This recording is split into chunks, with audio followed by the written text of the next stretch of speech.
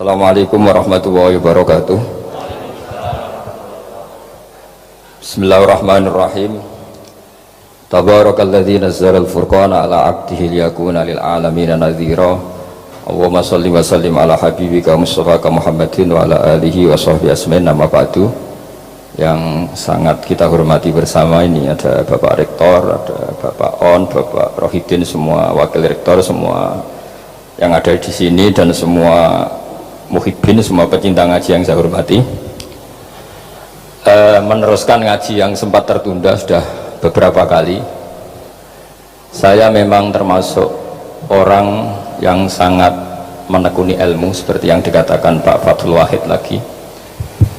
Dikatakan lagi berkali-kali bahwa memang penelitian itu saya berkali-kali bilang tidak harus orang-orang pinter banget sebetulnya, karena perangkat yang disediakan Allah ini juga menyediakan untuk orang-orang bodoh, dan itu hikmah terbesar dari Islam. Jadi Islam ini bisa difahami orang pinter juga oleh orang-orang yang nggak pinter.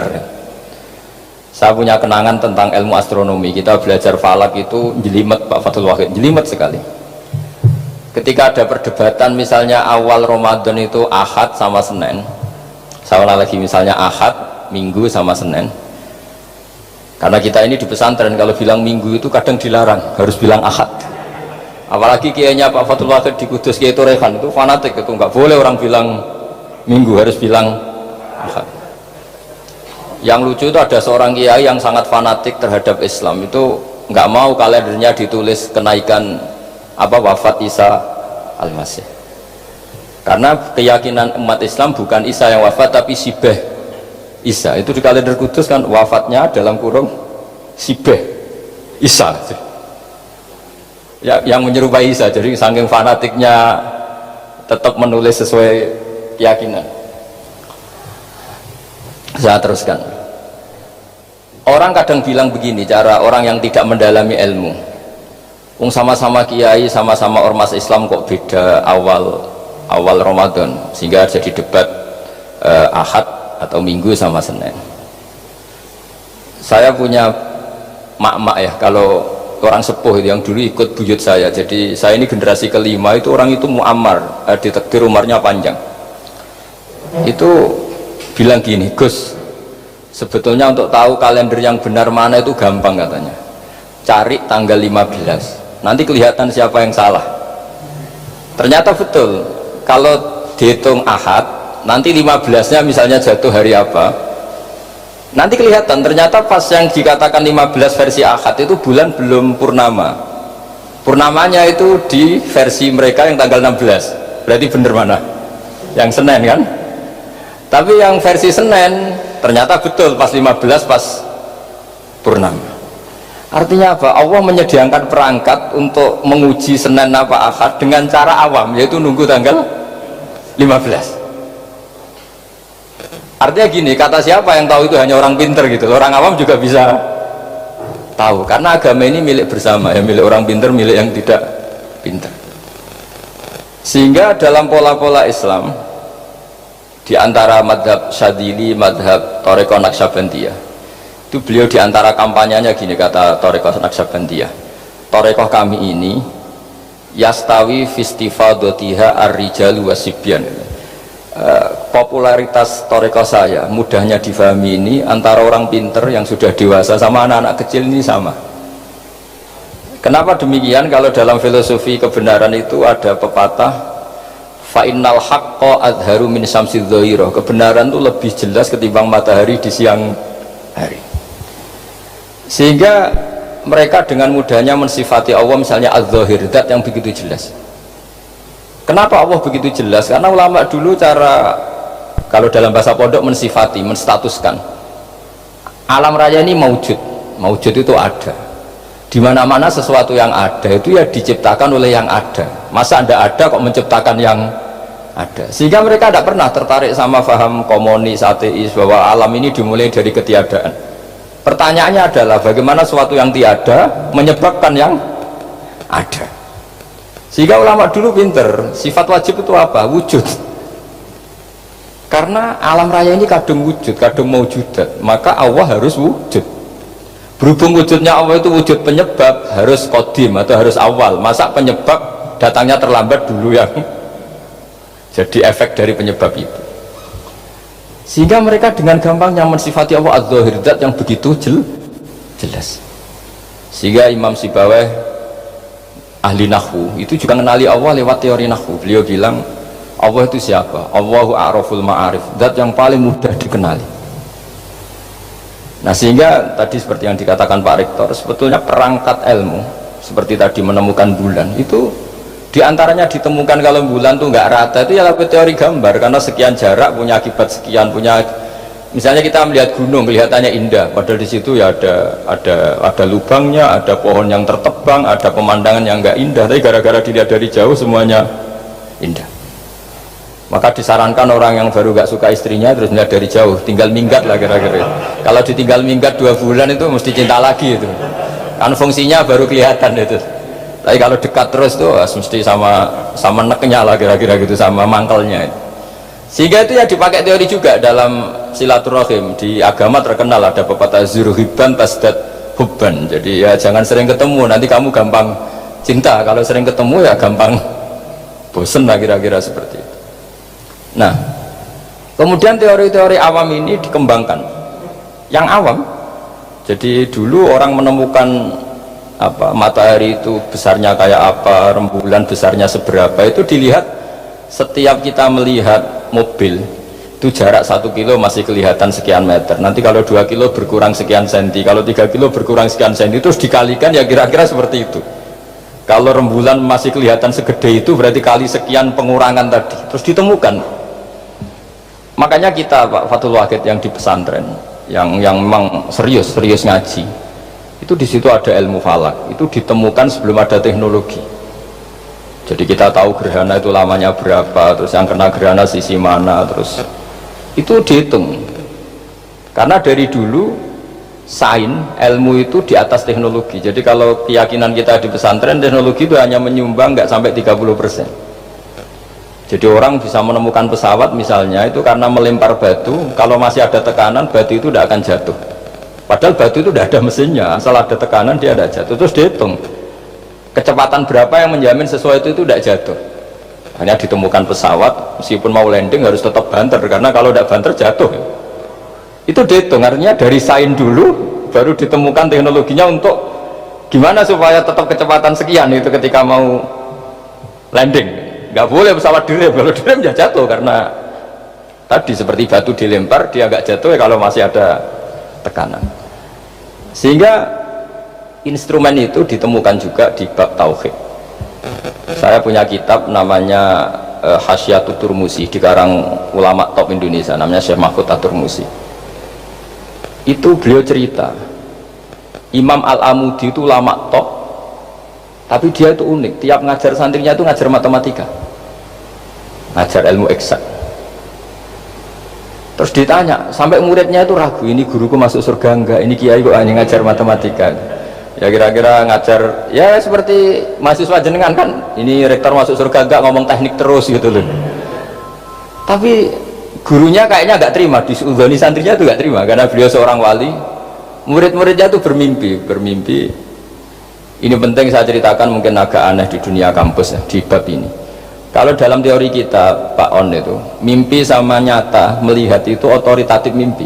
Ini yang agak aneh di ilmu pesantren. Jadi melihat jenengan langsung dengan mimpi itu otoritatif mimpi.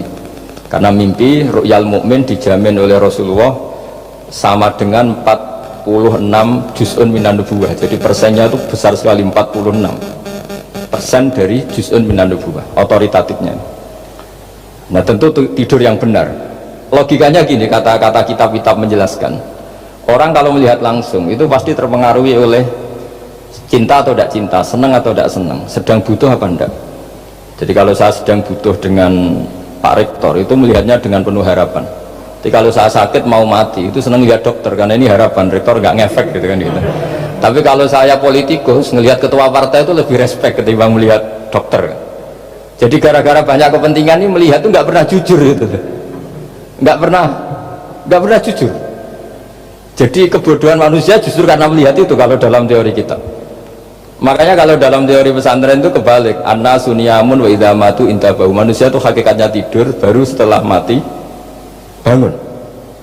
Misalnya kita di dunia nganggap uang itu penting, harta itu penting, jabatan penting. Setelah kita mati ternyata yang paling penting itu hanya sujud.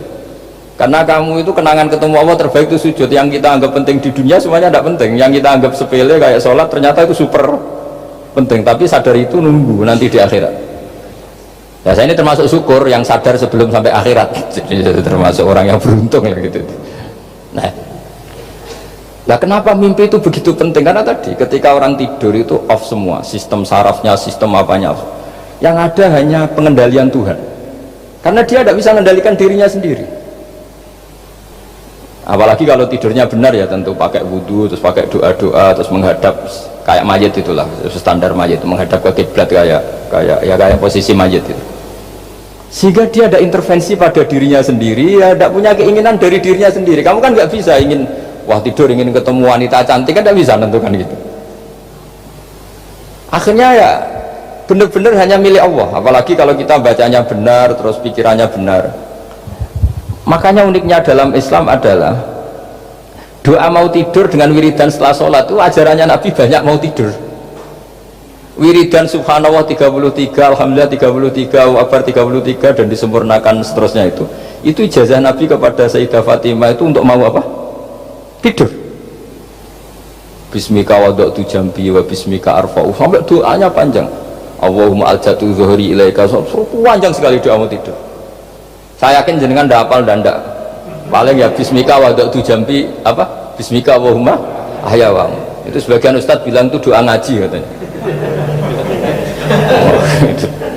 Ada seorang ustadz saking mangkelnya, ibu sudah baca doa ngaji belum? Tak juara bismika Allahumma ahya bismika wa amr. Wah itu kan doa mau tidur Pak Ustadz. Iya biasanya kalau ngaji tidur. Jadi doa itu kalau itu doa mau. Akhirnya mimpi itu penting karena di situ manusia nggak punya nafsu, nggak punya keinginan, sehingga yang ada itu kata Nabi itu ada sittatun wa arba'una juz'an minan nubuwah. Sehingga dulu itu mimpi itu jadi sarana betul. Kita tahu kan cerita orang-orang dulu, Fir'aun itu kurang jahatnya, kurang kelirunya. Dia mimpi ada api dari Bani Israel yang membakar kerajaannya. Dan semua pentakwilnya sepakat itu maksudnya Anda akan dihabisin kerajaan Anda oleh bayi dari Bani Israel.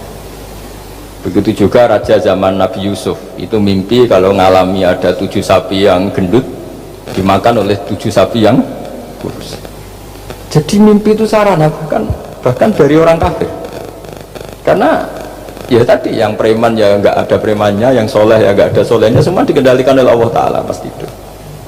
Sehingga tidur ini menurut agama lebih otoritatif asal dengan tidur yang benar. Jangan tidur sambil ngerokok terus terbangun karena ininya kena itu.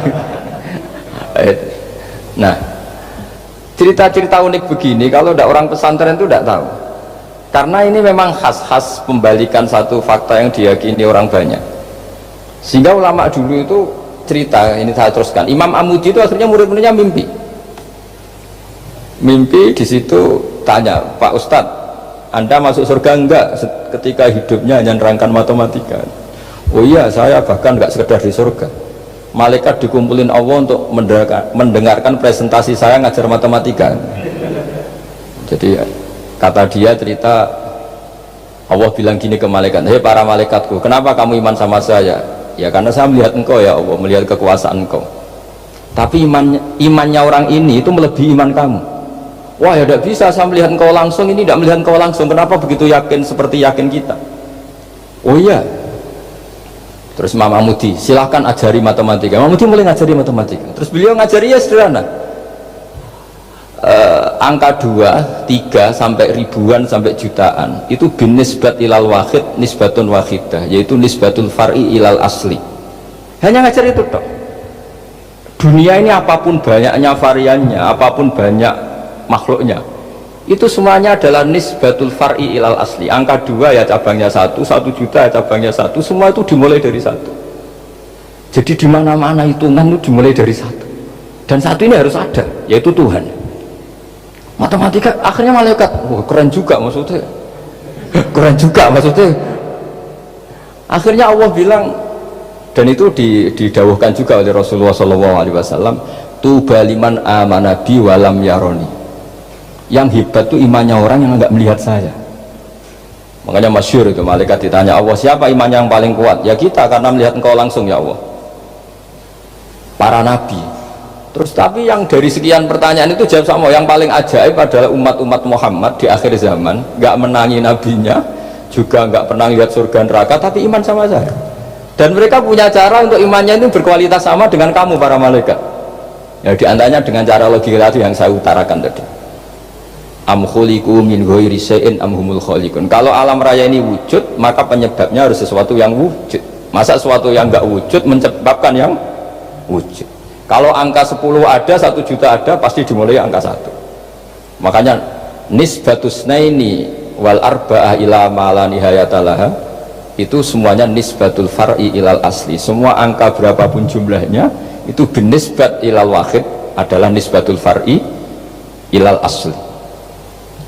Itu cara-cara, makanya tadi kajian ilmu itu tidak ada bisa-bisa. Makanya perasaan saya itu kemungkinan orang Islam jadi ateis itu kecil, Pak Fathul Wahid. Saya punya kitab, ini saya ulang lagi, kitab calon wali. Kenapa saya sering cerita wali? Kalau di kampus itu kan orang inginnya ya jadi dekan, jadi rektor, atau jadi menteri lah kira-kira gitu. Kalau di pesantren orang itu cita-citanya satu, ingin jadi wali. Nah, supaya majelis ini barokah, saya tidak perlu cerita dunia kampus. Kalau ceritakan corong Jawa nguyai segoro, bongso keinginan gitu kan tidak selera saya, juga ada dunia saya. Supaya sampai dapat ilmu ya saya cerita dunia. Itu kitab, saya punya kitab calon wali lah kira-kira, atau wali sudah wali top, namanya kitab Tasbitul Fuad, karangannya Said Abdul Haddad. Itu beliau cerita, di antara ceritanya itu unik. Kata beliau begini, saya itu tidak khawatir orang Islam jadi murtad, apalagi jadi ateis, karena kalimat la ilaha illallah itu sahlatun qoribah, kalimat yang mudah sekali, sehingga saya tidak khawatir orang Islam yang ketemu orang ateis, ketemu orang macam-macam, asal diajari kalimat ini secara benar. Terus beliau cerita, yang saya takut tuh mereka masalah perempuan dan harta, kalau iman kayaknya enggak. Singkat cerita yaitu di kitab seperti itu. Singkat cerita, saya ketemu banyak orang yang kuliah di McGill atau kuliah di Amerika, di Jerman, mungkin di Norwegia, di mana-mana, di Australia, dan ketemu teman-teman yang di Korea Selatan juga. Mereka itu orang kebanyakan yang nyuwun sewu nggak keluarga kiai, tapi mereka nggak ada yang nggak tetap iman. Ketika saya tanya, kenapa Anda tetap iman? Padahal ada beberapa negara yang lebih stabil, lebih makmur dibanding negara yang mengklaim sebagai negara Islam. Itu cara berpikir ya sederhana. Enggak lah Gus, kayaknya kok Tuhan kok ada tanggal lahirnya? Enggak lah, kayaknya yang namanya Tuhan tuh ya awal lah. Masa pencipta langit bumi dituhani orang yang lahirnya di bumi, kayak enggak lah kayaknya. Jadi ya berpikir sederhana. Padahal ya kurang ajarnya Masya Allah, anak ini ya dugem ya macam-macam, tapi kalau ditanya disuruh yang lain enggak mau dia. Enggak lah, kayaknya yang benar tetap Islam. Karena kalimat ini, yaitu tadi eksistensi Tuhan, tadi eksistensi Allah itu, la ilaha illallah itu kalimatun sahlah, kalimatun qoribah, kalimah yang begitu mudah difahami. Kenapa mudah difahami? Misalnya kita ngaji, Tuhan itu siapa? Yang menciptakan langit dan bumi. Dengan misalnya perbandingan, Tuhan itu siapa? Yang lahir di bumi tahun sekian. Enak mana cara kita menerima itu? Kan keren yang menciptakan langit dan bumi. Tuhan itu siapa? Yang ada sebelum langit dan bumi. Dengan misalnya Tuhan adalah yang lahir di bumi. Keren mana itu?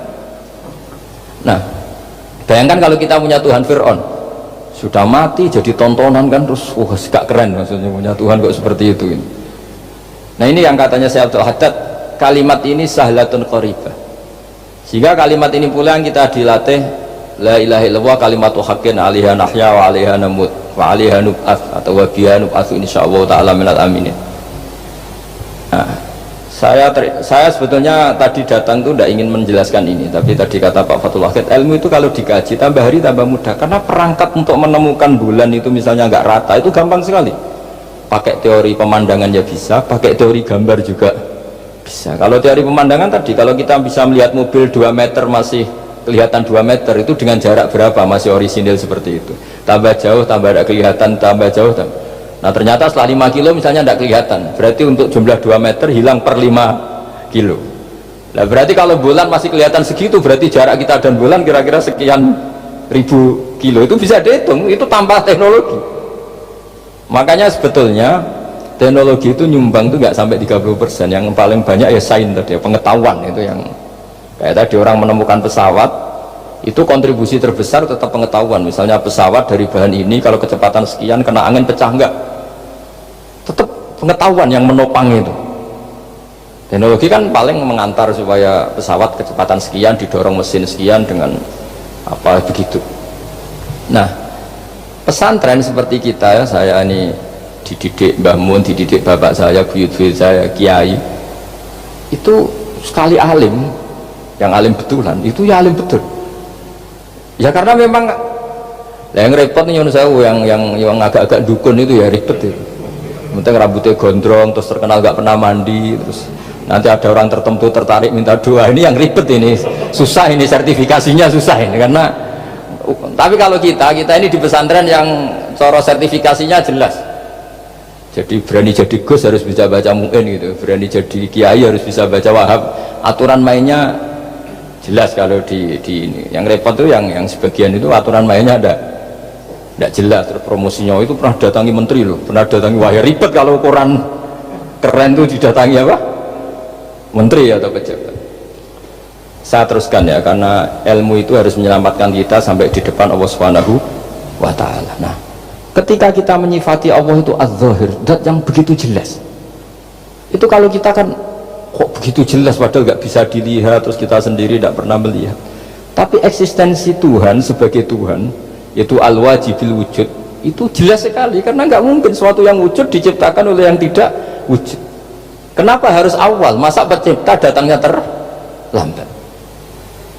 Terus juga harus bakok itu abadi atau al-akhir kalau dalam bahasa Quran. Masa zat yang superior kemudian kalah sama yang diciptakan? Berarti nanti ada kekuatan besar yang mengalahkan Tuhan. Ya kan ya aneh, kekuatan ini dalam kendalinya kemudian Allah kalah, kan tidak mungkin. Makanya disebut al-akhir, Allah pasti tidak ada yang mengalahkan. Terus diantaranya lagi disebut qiyamuhu binafsihi, kalau dalam bahasa Quran disebut al-qayyum, zat yang berdiri sendiri. Nggak boleh Tuhan butuh yang lain. Kalau butuh yang lain berarti bergantung pada yang lain, dan nggak usah jadi Tuhan lah kalau masih butuh yang lain. Sehingga karena kekuatan ini, saya ulang lagi, karena kekuatan ini, ketika anak-anak mahasiswa kuliah di Jerman atau di Swiss, di negara-negara yang lebih bahagia ketimbang negara yang mayoritas muslim, itu mungkin mereka tertarik sama sistem negara itu karena ada jaminan sosial ini, tapi nggak pernah tertarik sama Tuhannya negara itu, karena dihitung-hitung tadi Tuhannya mesti keren kita gitu.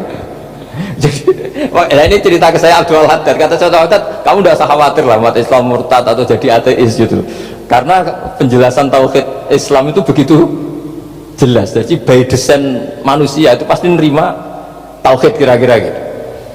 Jadi ini pentingnya adz-dzahir. Jadi Allah itu begitu apa? Jelas. Tapi Allah juga mensifati dirinya al-batin.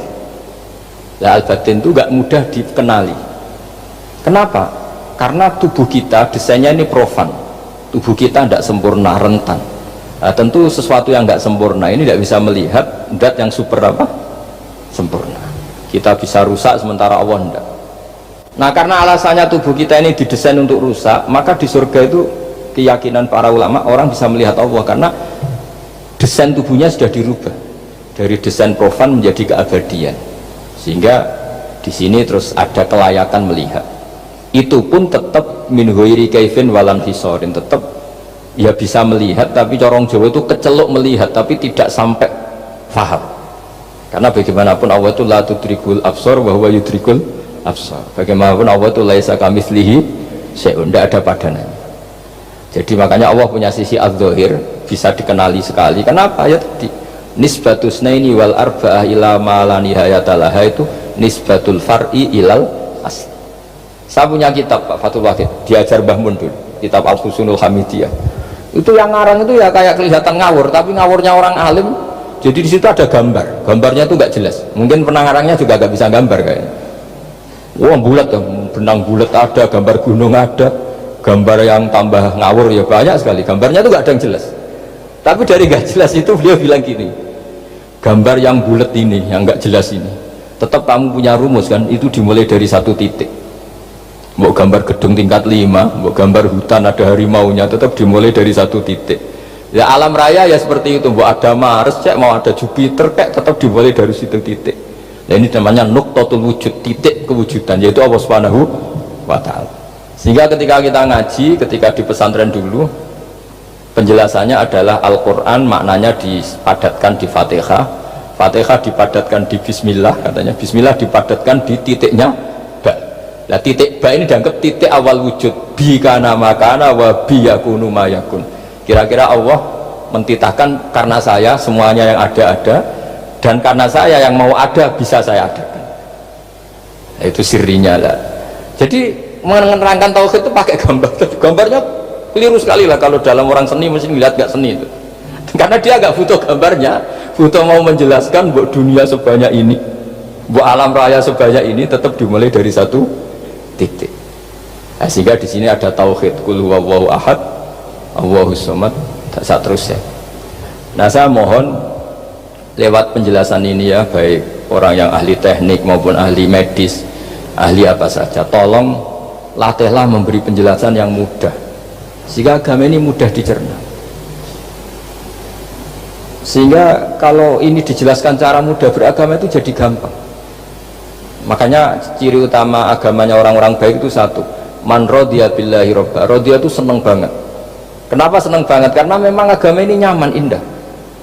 Jadi datang dengan kebenaran yang mudah dicerna. Coba kalau agama ini datang dengan cara misalnya gini, kamu harus menuhankan ini, dan kita tahu itu lahirnya di bumi, kan ada yang ganjel. Kok Tuhan sama buminya dulu, buminya ini gimana ini? Kan pusing. Buat Anda profesor nggak bisa jawab itu. Tapi kalau Tuhan itu adalah yang ada sebelum langit dan bumi, kan ya iyalah, masa Tuhan terlambat datangnya, kan terus enak itu menerimanya itu. Makanya diantara kekalahan Fir'aun berdebat, ya Nabi Musa ya Nabi lah, juga proses ya. Nabi Musa ketika ditanya Fir'aun, wama Rabbul Alamin, Tuhan kamu itu siapa? Jawabnya Nabi Musa, Rabbus samawati wal ardi, yang menuhani langit dan bumi. Itu Fir'aun masih bisa ngeles. Saya jalan-jalan kemana-mana, yang dituhankan saya, berarti yang Tuhan ya saya dong. Ma'alim tulakum min ilahin apa? Ghairi, kata Fir'aun. Soal Tuhan kamu di langit, begini kata Fir'aun. Haman dipanggil, Haman bikinkan piramida yang paling tinggi, saya ingin melihat Tuhannya Musa. Musa bingung kan, padahal kalau naik piramida nanti Fir'aun pun tidak bisa melihat Allah kan. Wong yang nabi yang kiai aja gak bisa melihat, apalagi Fir'aun. Padahal celakanya ketika dia tidak melihat Allah, dia akan mengatakan Allah itu tidak ada, ribet kan. Itu penjelasan tentang Tuhan yang sebetulnya sudah absolut lah. Rabbus samawati wal ardi, Tuhannya langit dan bumi. Tapi itu gak ngefek, di perdebatan gak ngefek. Yang ngefek adalah ketika Musa bilang gini, Rabbukum wa rabbu abaikumul awalin, sing nuhani buyutem. Wah kaget pengawal-pengawalnya langsung doiman, meskipun secara siron, secara rahasia. Iya ya, Quran pangeran berarti buyutnya radi pangeran. Kan pangerannya putu nih, berarti buyutnya wah ribet kan. Ya kalau Fir'aun Tuhan, bapaknya tambah Tuhan kan, mbahnya buyutnya. Akhirnya kata pengawal Quran, geblek tenan Fir'aun. Artinya apa? Kadang argumentasi yang sudah benar, yaitu Tuhannya langit dan bumi kan ya benar lah, tapi itu tidak ngefek di perdebatan, tidak ngefek. Yang ngefek adalah ketika Rabbukum wa rabbu abaikumul awwalin, yang nuhani nenek moyang kamu. Orang mulai mikir kalau Fir'aun itu Tuhan, lalu nenek moyangnya Tuhannya siapa? Jadi ini seninya. Makanya diantara syarat Nabi, jadi Nabi itu sidik, amanat, tabligh, fatona. Fatona itu ada kecerdasan. Dulu Nabi ya sering dibully, jangan kira Nabi itu nggak sering dibully, sering juga Pak Rektor. Jadi ada unta itu kena kudis. Kudis itu ya jenis penyakit menular lah. Nabi dengan teori tawakalnya, Nabi itu punya dua teori, kadang pakai teori tawakalnya, kadang pakai teori preventif. Makanya Nabi pernah ngendikan kalau ada penyakit menular di situ, kamu jangan di situ. Itu pakai teori preventif. Tapi kadang Nabi pakai teori tawakal. Nabi menghentikan la adwa wala tiarutan, tidak ada penyakit menular. Terus orang-orang yang ya usil lah kira-kira gitu, ada unta kena kudis, dijejerkan yang waras, ternyata yang waras ikut kudisen lah, ikut sakit. Senang orang ini, Ya Rasulullah, ini saya jejerkan ternyata yang nggak tertular jadi tertular, padahal engkau bilang nggak ada penyakit menular. Nabi jawabnya lucu, faman a'dal awwala, kalau yang pertama ini tertular siapa?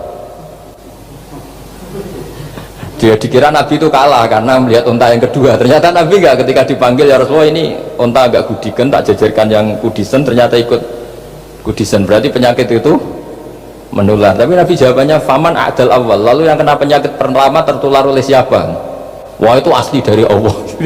Ya maksud saya seperti itu kata. Nah itu yang dikatakan fatona. Jadi Nabi itu harus punya sifat apa? Fatona. Karena dengan kecerdasan itu Nabi bisa berargumentasi. Kayak tadi, ketika Fir'aun dikatakan Allah yang menuhani langit dan bumi, Fir'aun masih mengklaim dia Tuhan, karena di mana-mana dia dituhankan. Tapi ketika diingatkan bahwa kamu anak seorang manusia, punya bapak, punya kakek, punya buyut, punya canggah kalau bahasa Jawa, lalu kalau kamu yang Tuhan dan Tuhan dimulai Anda, lalu mbah-mbah kamu Tuhannya siapa? Gak bisa jawab kan? Akhirnya banyak punggawa yang saat itu iman. Jadi iman itu bisa menghunjam kepada siapa saja, termasuk yang orang-orang topnya Fir'aun. Sehingga ketika Fir'aun rapat Musa harus dibunuh besok, tangkap besok, sebagian mereka itu membocorkan informasi itu, datang ke Musa, tadi malam kita ikut rapat, keputusannya Anda dibunuh, maka larilah kamu. Itu barokahnya iman. Artinya ya karena logika Musa lebih masuk akal, ya mereka lebih percaya sama Musa. Tapi gara-gara profesi ya tetap kerja, dan yang mulai ribet dunia. mulai ribet jadi. Makanya kamu jangan tanya kaifa hukmul mukmin sing yukhfi imanahu, bagaimana hukumnya orang mukmin yang menyembunyikan imannya demi aman. Ya tidak usah kamu jawab. Kalau kamu jawab boleh, ini kok kayak pecundang. Kamu jawab haram, pernah terjadi itu. Wa qala rajulun mu'minum min ali fir'auna yaktumu imana. Ya, ini khazanah ya. Jadi saya mohon mengkaji Islam itu harus dengan sisi-sisi yang bisa difahami orang pinter juga orang bodoh. Kata Imam Ghazali banyak tuh, karena hadatin itu harus difahami orang pinter juga orang bodoh. Terus contoh yang paling populer tentu sering saya utarakan masalah iddah. Iddahnya orang terceraikan itu 3 kali masa suci. Kalau menurut Abu Hanifah 3 kali masa haid. Orang pinter tahulah kalau perempuan sedang haid, menstruasi, pasti sedang tidak hamil. Sehingga kalau dia sudah haid 3 kali ada kepastian tidak hamil. Kalau tidak hamil artinya apa? Nggak ada sperma dari zaut awal, suami pertama, yang jadi anak dia. Padahal tujuan iddah adalah nanti kalau di hubungan suami istri sama suami kedua, jelas anaknya suami kedua.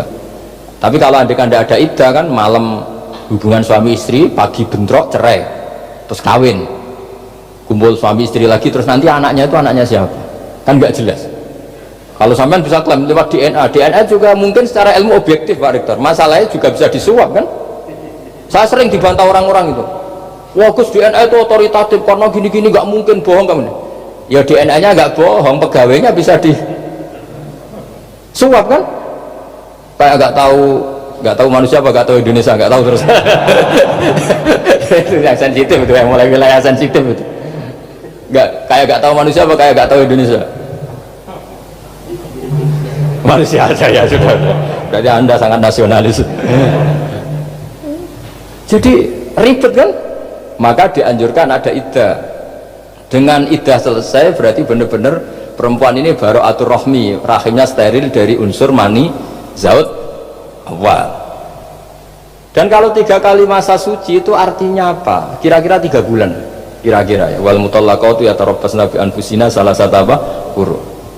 Pertanyaannya kalau 3 bulan, andai kan tidak pakai teori ilmiah, menstruasi itu sudah teori ilmiah. Ada yang tanya ke saya, Gus kenapa harus sampai 3 kali, padahal menstruasi pertama pasti sudah tidak hamil? Saya jawab, menstruasi pertama itu namanya keluar darah, nggak ada jaminan kalau itu haid, bisa saja keluar darah karena kaget, karena kecelakaan, karena apa. Sehingga kalau misalnya perempuan diceraikan, Gus saya sudah haid, yang jamin kalau itu haid siapa? Maksudnya keluar darah dengan makna tidak hamil. Bisa saja keluar darah kali ini faktor kaget ya, atau faktor kecelakaan.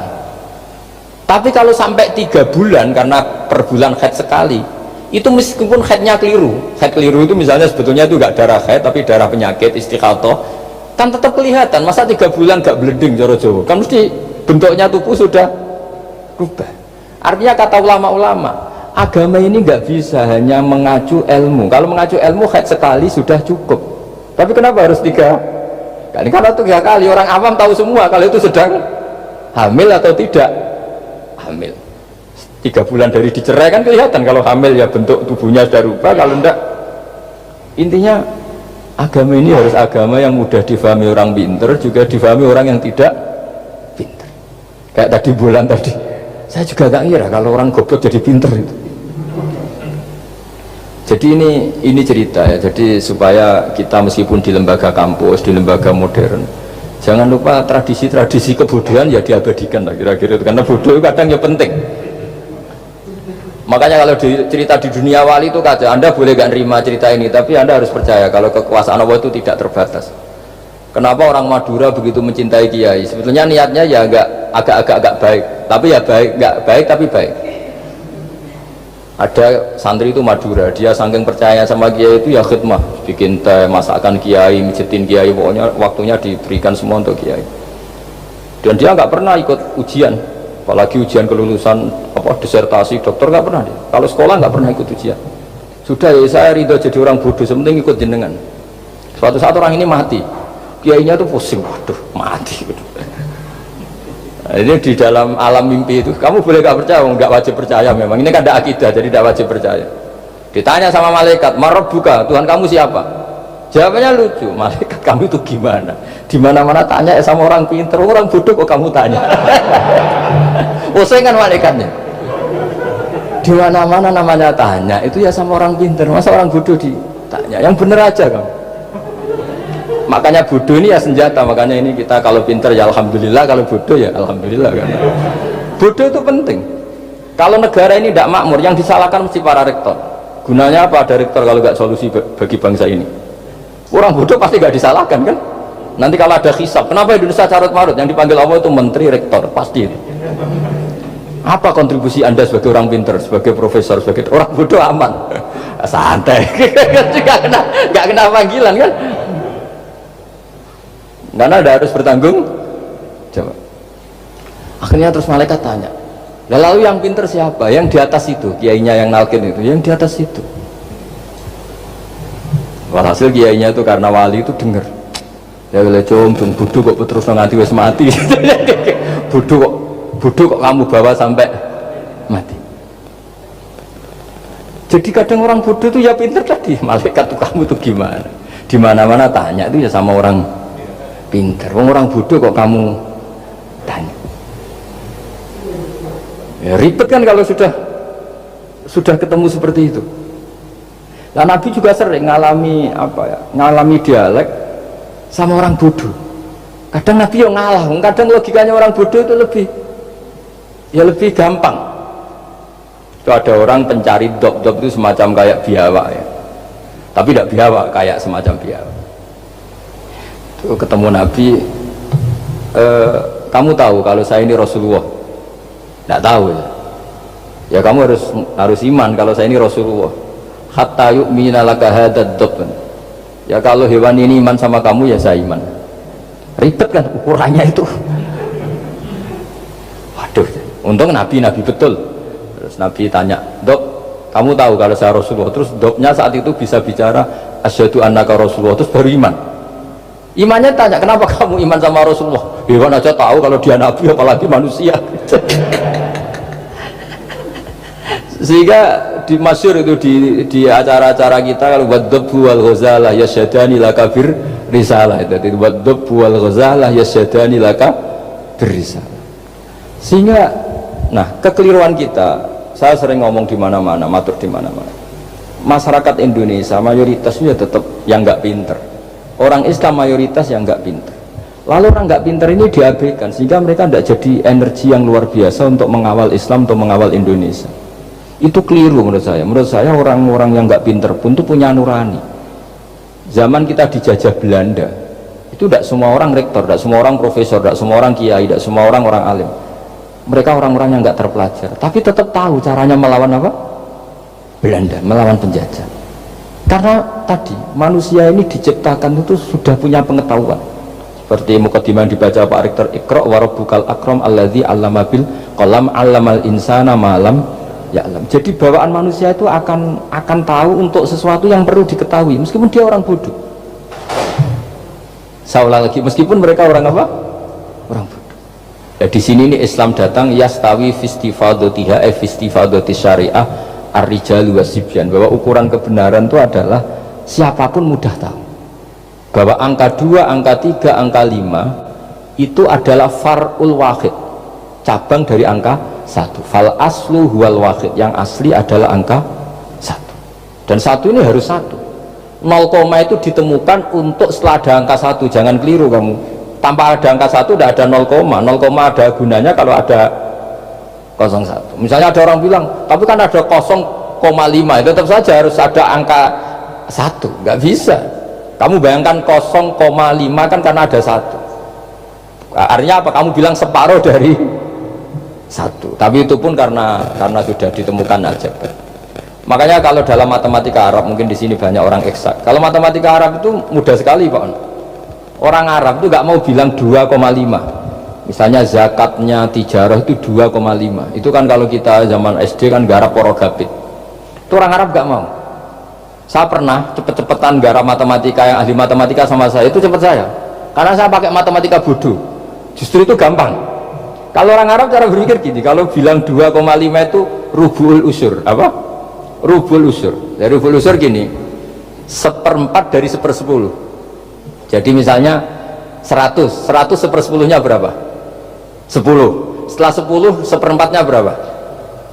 2,5. Jadi bertahap, rubul usur. Sehingga misalnya gitu, 1 juta kan angkanya nolnya kan 6. Kalau kamu porogabit 2,5 kan kuaselen dia porogabit. Kalau orang Arab gampang, 1 juta 1/10-nya berapa? 100. 1/4-nya 25. Berarti 2,5-nya 1 juta 25.000. Orang Arab bilangnya rubul usur. 1/4 dari 1/10. Jadi di 1/10-kan dulu, baru di 1/4. Jadi lebih cepat. Sampai pakarnya tanya, Gus kok bisa gini? Wah, aku anak kiai ngawur. Saya ini, makanya banyak orang pesantren itu pintar matematika. Sebetulnya matematika yang model, ya sebenarnya kayak agak model bodoh itu. Tapi itu gampang, orang awam gampang. Kalau kita kan enggak, misalnya zakatnya zuruk, zakatnya tanaman itu 1/10 atau 1/20. Kalau orang Arab enggak mau 1/10 atau 1/20. Berarti kalau 100 ton atau 100 pintal berarti berapa? 10 atau 5 kan? 1/10-nya 100 berapa? 10. Kalau 1/20-nya 5. Kalau hitung-hitungan di fikih zakat orang modern kan 1/10 atau 1/20. Kalau orang Arab nggak mau bilang gitu. Zakatnya zuru itu al-usyur 1/10. Berarti per 100 ton misalnya 10. Atau nisful usyur, separuh dari 1/10. Jadi nggak mau bilang 1/20. Usyur atau nisful usyur. Gampang mana coba? Ya kan, usurnya kan 10. Kalau nisful usur 5 atau 1/20. Daripada gawe porogabit, wah seruak. Jadi kita ini yang kelihatan goblok matematikanya ya pinter juga gitu. Meskipun ya tetap goblok karena ada nekuni gitu. Sehingga di pondok itu ya dulu diajarkan faraid, falak itu ya gampang sekali karena memang hitungan Arab itu. Kalau bilang 2/3 itu sulusani apa? Jadi 6. 2/3-nya 6 berapa? 6 sulusnya berapa? Sepertiganya 2. Nah, sepertiga itu sepertiga 2 kali. Berarti berapa? 4. Ya, 6 itu 2/3-nya kan? Pokoknya bahasa Arabnya sulusan. Kalau orang terjemahnya berapa? Kalau orang 2 kali sepertiga. 2/3. Sulusan itu 2/3. Nah, itu kalau orang Arab bilang nggak 2/3, sulusani. Sepertiga 2 kali. Jadi 6 di sepertiga dulu 2. Nah 2 itu 2 kali. Berarti berapa? 4. Jadi itu. Nah Quran itu ya kira-kira gitu. Jadi kelihatannya goblok, tapi itu pinter itu. Yang porogabit kelihatannya pinter tapi tidak pinter. Ukuran orang pinter yang mempermudah yang sulit, jangan mempersulit yang mudah kan itu. Makanya saya bilang ini yang pinter yang mana itu. Nah, saya kembali lagi ke tadi. Jadi agama ini datang dengan sebegitu mudah. Sampai matematika yang katanya sulit itu, matematika Islam itu mudah sekali. Karena tadi misalnya kalau 1 miliar zakatnya 2,5% berapa, kan pusing kan. Tapi kalau kamu pakai teori rubul usur 1 miliar usurnya 100 juta, seperempatnya 25 juta, berarti per 1 miliar gampang mana coba sama ngomong itu. Nanti ada yang nyeleduk gampang kalkulator Gus. Ya ribet lagi kan kalau kalkulatornya pas hilang, atau pas dipakai anaknya belajar daring ribet kan HP-nya. Jadi ini cerita ya. Jadi seperti yang kita katakan Pak Rekro tadi, sebetulnya ciri utama ilmuwan atau ulama atau profesor atau dokter itu usahakanlah yang mudah itu, yang sulit itu menjadi apa? Mudah. Yuridu wa bikumul yusra wa la yuridu bikumul usra. Sehingga kata Imam Alamudi, dia menjadi wali besar itu justru karena belajar tauhid. Yang dari belajar matematika tadi, dari matematika dia tahu bahwa angka berapapun jumlahnya itu binisbat ilal wahid, itu semuanya nisbatul far'i ilal asli, semua itu cabang dari satu. Alam ini kayak apa besarnya, apa Mars, ada Jupiter, tetap semuanya nisbatnya ke Allah adalah nisbatul far'i ilal asli. Semua itu diciptakan oleh pokok yang satu, yaitu Allah Subhanahu wa ta'ala. Saya kira demikian. Assalamualaikum warahmatullahi wabarakatuh.